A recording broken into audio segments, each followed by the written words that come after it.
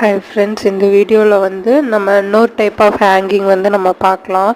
இதுக்கு முன்னாடி பார்த்த மாதிரி தான் நம்ம எப்பயும் போல் sugar feed and tablet feed எடுத்திருக்கோம். அகெயின் ஒரு சுகர் பீடு எடுக்கிறோம். இது எதுக்காக அப்படின்னா நம்ம லாக் பீடு யூஸ் பண்ணுவோம்ல, அதுக்காக எடுத்தாச்சு. நான் சொன்ன மாதிரி அந்த 90 டிகிரி தான் நீங்கள் அந்த த்ரெட்டை பிடிச்சி நீடில் இன்சர்ட் பண்ணணும். ஓகேங்களா? அந்த ஹேங்கிங்க்கும் இதுக்கு முன்னாடி போட்ட ஹேங்கிங்க்கும் இதுக்கும் என்ன டிஃப்ரென்ஸ் அப்படின்னா, நம்ம அந்த ஹேங்கிங்கில் வந்து டேப்லெட் பீடு வழியாக உள்ளே விட்டுட்டு அகெயின் சுகர் பீடுக்குள்ளே விட்டுருவோம். ஆனால் நம்ம இந்த ஹேங்கிங்கில் அந்த மாதிரி பண்ணக்கூடாது.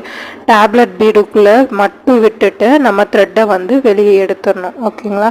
எடுத்துட்டு அகெயின் நம்ம வந்து சுகர் பீடை வந்து லோட் பண்ணுறோம். அதில் எக்ஸாக்டாக நீங்கள் எத்தனை சுகர் பீடு லோட் பண்ணியிருக்கீங்களோ அதே சுகர் பீடு தான் நம்ம இதுலேயும் லோட் பண்ணணும்.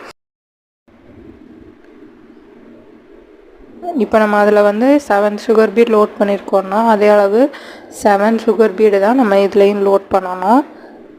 இதில் வந்து நம்ம யூஸ் பண்ணியிருக்கிற நீடில் சைஸ் வந்து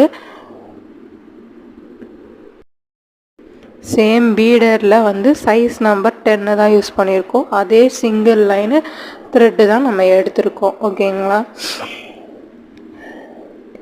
எடுத்துட்டு நம்ம 7 சுகர் பீடு வந்து போட்டாச்சு.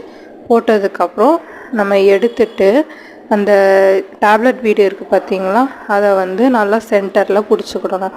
சென்டரில் பிடிச்சிட்டு அந்த பீடு வந்து எங்கே எண்ட் ஆகுதோ நம்ம அந்த இடத்துல தான் பஞ்ச் பண்ணணும்.